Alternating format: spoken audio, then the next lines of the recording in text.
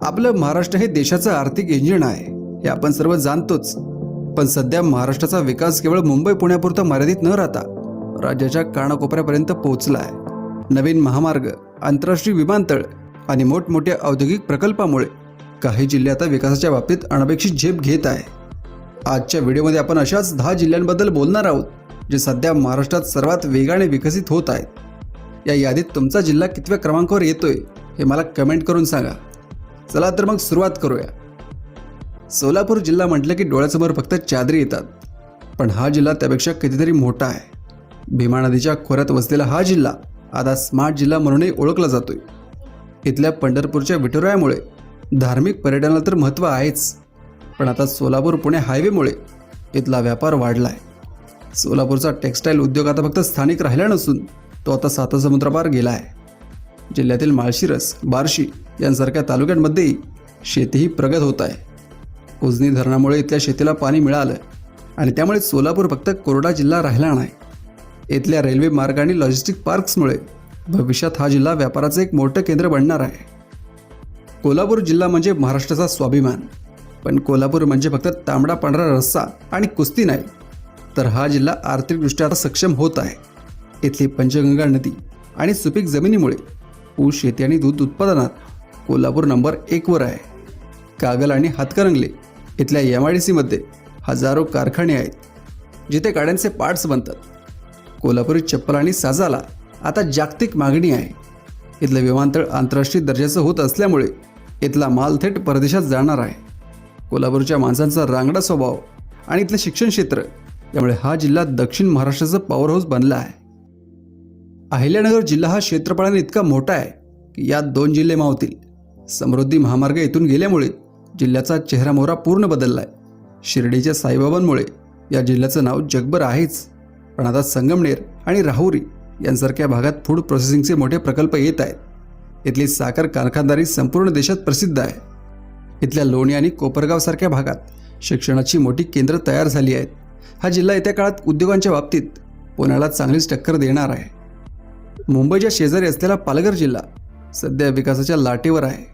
वाढवण बंदरामुळे पालघरचं नाव जगाच्या नकाशावर येणार आहे. हे बंदर पूर्ण झालं की लाखो नोकऱ्या उपलब्ध होतील. बुलेट ट्रेनचं स्टेशन आणि डहाणूचा औद्योगिक पट्टा यामुळे हा जिल्हा आता नुसता आदिवासी भाग राहिला नाही. ज्यांना मुंबईत घर परवडत नाही त्यांच्यासाठी पालघर, बोईसर आणि नालासोपारा हे भाग हक्काचे झाले आहेत.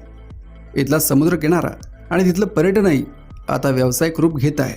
वाढतं शहरीकरण आणि पायाभूत सुविधांमुळे पालघर हा महाराष्ट्रातील सर्वात वेगाने विकसित होणारा जिल्हा ठरत आहे. नागपूर जिल्हा आता फक्त संत्र्यांसाठी नाही तर मिहान प्रकल्पामुळे IT कंपन्यांसाठी ओळखला जातोय. हा जिल्हा भारताच्या मध्यभागी असल्यामुळे लॉजिस्टिक हब म्हणून विकसित झाला आहे. इथली मेट्रो आणि सिमेंटचे रस्ते पाहून नागपूर किती मॉडर्न झाले हे लक्षात येतं. समृद्धी महामार्ग थेट मुंबईला जोडत असल्याने नागपूरचा व्यापार वाढला आहे. इथलं शैक्षणिक वातावरण आणि एम्स सारख्या संस्थांमुळे हा विदर्भाचा कणा आहे. नागपूर आता खऱ्या अर्थाने ग्लोबल होतंय आणि उत्तर व दक्षिण भारताला जोडणारा हा सगळ्यात महत्त्वाचा जिल्हा बनला आहे. छत्रपती संभाजीनगर हे आता फक्त पर्यटनाची राजधानी राहिले नाही. ऑरिक सिटीमुळे या जिल्ह्याचा कायापालट झाला आहे. दिल्ली मुंबई इंडस्ट्रीयल कॉरिडॉरमुळे जगभरातील मोठ्या कंपन्या जसे की ऑडी आणि स्कोडा इथे आल्या आहेत. समृद्धी महामार्गामुळे मुंबईचं अंतर कमी झाल्याने इथल्या मालाला मोठी बाजारपेठ मिळाली आहे. शेंद्रा आणि बिंडिक या भागात होणारा औद्योगिक विकास मराठवाड्याच्या तरुणांना मोठे भविष्य देणार आहे. अजिंठा वेरूळच्या लेण्यांमुळे पर्यटक तर येतातच, पण आता इथलं बिझनेस नेटवर्क जिल्ह्याला श्रीमंत बनवत आहे. नाशिक जिल्हा आता मुंबई पुणे नाशिक या गोल्डन ट्रायंगलचा एक मजबूत कोपरा आहे. द्राक्षांच्या उत्पादनात जगात नाव कमावलेल्या या जिल्ह्याने आता IT आणि मॅन्युफॅक्चरिंगमध्ये बाजी मारली आहे. सुरत चेन्नई ग्रीनफील्ड हायवेमुळे नाशिकची कनेक्टिव्हिटी थेट दक्षिणेकडील राज्यांशी होणार आहे. नाशिकचं आल्हाददायक हवामान आणि शुद्ध वातावरणामुळे पुण्याचे लोक आता नाशिकमध्ये गुंतवणुकीला पसंती देत आहेत. इथलं त्र्यंबकेश्वर मंदिर आणि गोदावरी काठ धार्मिक पर्यटनाला बळ देतात, तर दुसरीकडे अंबड आणि सातपूरसारख्या MIDC जिल्ह्याला आर्थिक ताकद देतात. रायगड जिल्ह्याचं भविष्य अटल सेतूमुळे पूर्णपणे उजळलं आहे. मुंबईतून अवघ्या काही मिनिटातच रायगडमध्ये पोहोचता येतं. त्यामुळे पनवेल आणि उरण भागात मोठी शहरं वसत आहेत. नवी मुंबई आंतरराष्ट्रीय विमानतळ हे नाव जरी मुंबईचं असलं तरी त्याचा बराचसा भाग रायगडमध्ये येतो. न्हावा शेवा बंदर हे भारताचं प्रवेशद्वार आहे. कर्जत आणि खालापूरसारख्या भागात आता फिल्म इंडस्ट्री आणि रिसॉर्टची संख्या वाढत आहे. रायगड आता महाराष्ट्राचं पुढचं मोठं आर्थिक इंजिन बनणार आहे, यात शंकाच नाही. ठाणे जिल्हा आता मुंबईपेक्षाही मोठा आणि स्वतंत्र वाटू लागला आहे. कल्याण, डोंबिवली, अंबरनाथ आणि बदलापूर या शहरांमुळे हा जिल्हा लोकसंख्येने खूप मोठा आहे. मेट्रोचं जाळं आता ठाण्यात सर्वत्र पसरत आहे. ठाणे बोरिवली बोगदा आणि कोस्टल रोडमुळे इथलं ट्रॅफिक कमी होईल आणि विकास वाढेल. इथले टोलिजंग टॉवर्स आणि मोठमोठे मॉल्स पाहून हा जिल्हा किती प्रगत आहे हे लगेच कळतं.